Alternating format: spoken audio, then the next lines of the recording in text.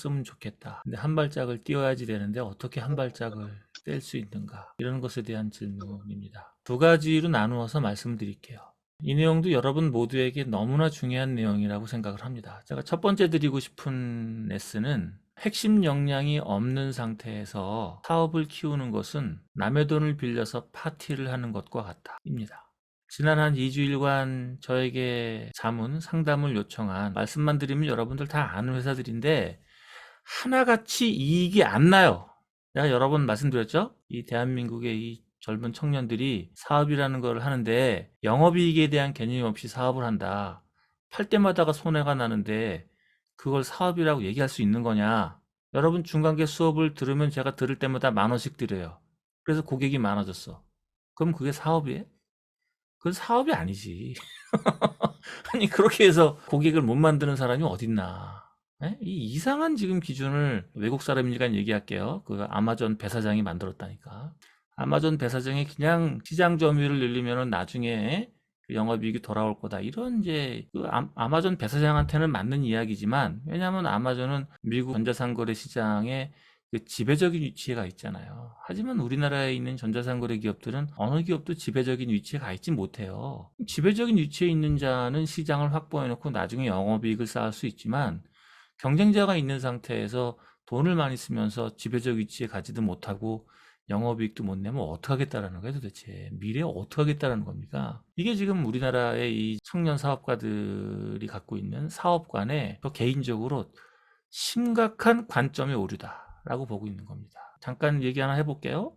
제가 칼국수집을 하고 있다고 생각해 보겠습니다. 제가 칼국수집을 하고 있어요. 칼국수집이 하나 있어요. 그러면은 사람들이 나한테 올 거 아니에요. 그럼 뭐 가격을 싸게 해도 되는 거고, 새로운 메뉴를 해도 되는 거고, 이렇게도 되고 저렇게도 되고 내 마음대로 하잖아요. 근데 갑자기 100m 떨어진 곳에 또 다른 칼국수집이 생겼습니다. 그럼 어떻게 되죠? 이제 내가 마음대로 못 하는 거예요. 신경을 써야만 하는 겁니다. 근데 그 옆에 또 하나가 생겼어. 그러면 경쟁자가 셋이 됐어요. 그럼 어떻게 되는 거죠? 시장 점유율은 셋이 나눠 갖게 되는 거예요. 그래서 반드시 사업을 할 때의 관점은 지배적인 위치, 1등의 위치를 목표로 하고 사업을 해야 되는 거예요. 아마존은 이것을 지킨 겁니다. 아마존은 지배적 위치에 올라갔죠? 그러니까 뭐 이런저런 일을 통해서 수익을 낼 수 있는 구도로 옮겨가는 거예요. 그렇지만 한국에 있는 지금 이 스타트업들은 1등의 위치에 올라가 있는 기업이 거의 없어요. 거의. 뭐가 있습니까, 여러분? 카카오, 네이버 빼고 뭐가 있어요? 다 1등의 위치에 못 올라간다고. 근데 그 상태에서 시장 점유율 싸움을 해버리면은, 영업이익도 안 나고 시장의 1등 위치도 아니야. 그럼 어떻게 나중에 돈을 벌 거예요? 다 투자를 받아서 또 메꾸고, 투자 받고 또 메꾸고, 투자 받아서 또 메꾸고, 언제까지 그 일을 하냐고. 그래서 여기서 제가 말씀드리고 싶은 레슨은, 여러분들은 반드시 영업이익을 내는 사업을 목표로 해라 입니다. 자, 이게 첫 번째예요. 반드시 영업이익의 관점을 갖고 여러분 생각을 하셔야 된다. 두 번째, 사업을 확장할 때는 반드시 근거리에 확장을 해야 돼요. 지금부터 이야기로 들어가는 겁니다. 한의원을 하시니까 지금 다른 사람들처럼 막 사업을 키우진 않으신 거예요. 하지만 영업이익은 나고 있는 거죠. 예를 들어서 님이 부러워하는 TV에 자주 나오는, 네이버에 자주 나오는, 카카오에서 자주 얘기되어지는 성공했다라고 하는 그 유명한 기업들은 세상에 이름이 알려졌을지는 모르겠지만 영업이익이 나는 회사는 매우 제한적이라는 거예요. 몇 개 회사를 빼놓고는 전부 영업이익이 나질 않아요. 여러분, 영업이익이 나지 않는다라는 거는 어떻게 된다라는 거예요? 내년에 사업을 영위하는 것이 쉽지 않다라는 얘기예요. 또 어딘가에서 돈을 차입해 오거나 꼬오거나 투자를 받거나 이래야지만 하는 거지. 그러면 어떻게 해야 되겠어요? 바로 비용 문제에 봉착하게 되는 겁니다. 님은 다행히도 영업이익이 나는 회사를 운영해 오셨다. 그래서 여태까지 부러워했던 그 회사들의 앞면은 부러워할 모양이지만 뒷면은 영업이익이 나지 않는 사업은 바람직하지 않다. 님은 그 뒷면에 가 있지 않다. 앞면에 있다라는 거예요. 저는 님처럼 영업이익이 나고 회사를 소규모로 알차게 꾸며가는 사람이 훨씬 더 유리하다고 생각합니다. 훨씬 유용한 거예요. 왜냐하면은 핵심 역량이 없고 영업이익은 나지 않고 회사 규모는 커졌어요. 근데 경제가 어려워지면 어떻게 되는 거예요? 갑자기 문제에 봉착하게 되는 거죠. 근데 반면에 핵심 역량이 있고, 아니 한의사니까 당연히 핵심 역량이 있겠지. 그리고 회사 규모가 크지 않고 영업이익이 나고 있어요. 그러면 경제에 문제가 생겼어. 무슨 일이 있어요? 아무 문제 없는 거예요. 오히려 여기저기서 문제가 생길 때 저렴한 비용으로 미래가 예정되어 있는 고부가 가치의 기업을 인수할 수도 있는 겁니다. 그러니까 님의 지금까지의 비즈니스는 아무런 문제가 없다. 오히려 아주 좋은 사업을 영위해왔다. 입니다. 이게 두 번째예요. 세 번째는 그러면은 다른 쪽으로 사업을 확장했어야 되는데 한 발자국 내딛었어야 되는데 그것을 왜 안 했느냐. 이 문제가 남는 게 되겠죠? 이 문제는요. 님에게 아직 때가 오지 않았기 때문에 그런 겁니다. 때가 오면 그 일은 저절로 벌어지게 되어 있어요. 딱쟁이 앉는 거 한번 생각을 해봐 보세요. 여러분 이게 딱쟁이 앉으면 그 불편하잖아요. 간지럽잖아요. 막 뛰고 싶잖아요. 그 뛰면 어떻게 되죠? 뛰면 피나요. 상책이 나고 흉터 생기고 더 안 좋습니다. 제가 성격이 이런 걸 못 참아가지고 뭐 상처 나면 자꾸 뛰어요. 그게 제 온몸의 상처예요. 이걸 못 견뎌가지고 자꾸 긁는다고. 그러면 안 되는 거예요. 가만 내비두면은 때가 되면은 저절로 이루어지게 되는 겁니다. 이때 필요한 게 뭐냐? 첫 번째, 핵심 역량이라는 게 있어야 되는 거예요. 두 번째, 핵심 역량으로 좋은 제품을 만들어낼 수 있는 역량을 갖고 있어야 되는 거예요. 좋은 제품 만들어야 되는 거죠. 그 다음에는 이것을 브랜드로 넘겨야지 되는 거예요. 브랜드로 넘기는 거는 뭐예요? 인지도를 쌓아나가는 거죠. 한의원에 대한 이름을 더 많은 사람들이 알 수 있게 매일 조금씩 꾸준하게 하면 되는 겁니다. 그리고 네 번째, 뭘 해야 되는 거예요? 가두리를 확보하셔야 돼요. 가두리. 그죠? 다섯 번째, 뭘 해야 되는 거예요? 이벤트에 대한 노하우를 공부하시면 되는 겁니다. 여섯 번째, 뭐 하는 거예요? 리더십에 대한 관점을 공부하시면 되는 거예요. 일곱 번째, 가격 전략 같은 거 알고 계시면 더 좋은 겁니다.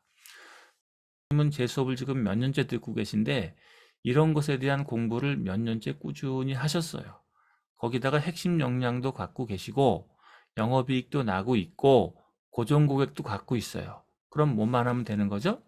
어느 순간에 의사결정만 하면 되는 거예요.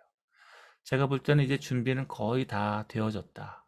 허파에 바람이 들어간 상태로 사업을 하던 분이 굉장히 많았습니다. 그동안. 시장이 막 성장할 때는 실체가 없는 사람들도 바람 타고 올라가려고 그러는 경우들이 많이 있죠. 하지만 바람만 탄다고 해서 올라가는 게 아니에요. 핵심 역량이라는 거를 갖고 있어야 되는 겁니다. 그래서 핵심 역량이 있는 기업과 없는 기업이 어느 순간에 결판이 나는 거예요. 예전에 닷컴 버블이라는 거 기억나시죠? 닷컴 버블이라고 해서 다 없어진 게 아니에요. 그때 네이버도 살아남았고 NC소프트도 살아남았고 넥슨도 살아남았고 다음도 살아남았고 그때 살아남은 기업들이 지금 중요한 기업으로 성장한 거예요. 마찬가지로 지금 모바일 시대에 버블이 좀 꺼지는 상황으로 가고 있다라고 보고 있습니다. 예전에 닷컴 버블처럼 지금 모바일 버블이 지금 정리되어지고 있는 수순인데 이 순간에 무슨 일이 벌어져요? 살아남는 기업과 없어지는 기업으로 나누게 될 거예요. 그러면 님은 지금 어떻게 되는 거죠?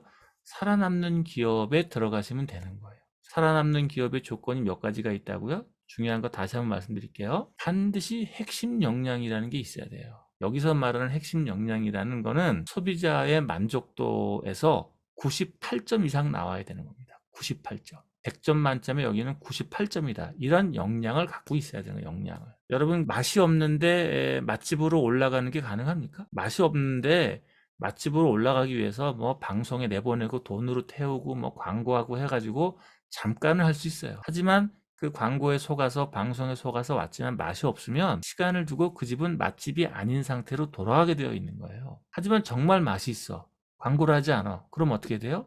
시간은 오래 걸리지만 결국 그런 집이 올라가게 되어 있는 겁니다. 이게 실력의 차이예요. 실력의 차이. 껍데기로 폼 잡는 거는 오래 못 간단 말입니다. 사업 시장이 정확히 그런 거예요. 여러분 제가 몇 번 얘기했지만 사업이라는 거는 대충 한다고 해서 되는 게 아니에요. 수학 공부하는 것보다 더 어려운 거라고. 근해 공식 외우는 것보다 이게 사업 공식 외우는 게 더 어렵다고. 근해 공식은 가만히 있잖아요. 사업은 고객이 계속 움직인다고. 움직이는 사람을 잡아야 되는 거예요. 근해 공식은 서 있어. 함수 이런 건 서 있단 말이에요. 여러분은 움직이는 함수보다 어렵고 근해 공식보다 어려운 고객을 잡아서 그 사람 주머니에 있는 돈을 빼서 나한테 갖고 오면서 그 사람이 고마워해야 되는 거예요. 이 어려운 일을 하고 있다고 해서 힘든 일을 하고 있는 거예요. 그러니까 반드시 핵심 역량이라는 게 있어야 돼. 이미 핵심 역량 있고 제품 만들 수 있고 브랜드 만들고 리더십 있고 가두리 할 줄 알고 이벤트 알고 가격 전략 짜고 메시지 만들고 이런 역량이 있다면은 그 다음에는 시간을 두고 의사결정만 하면 되는 거예요. 의사결정만.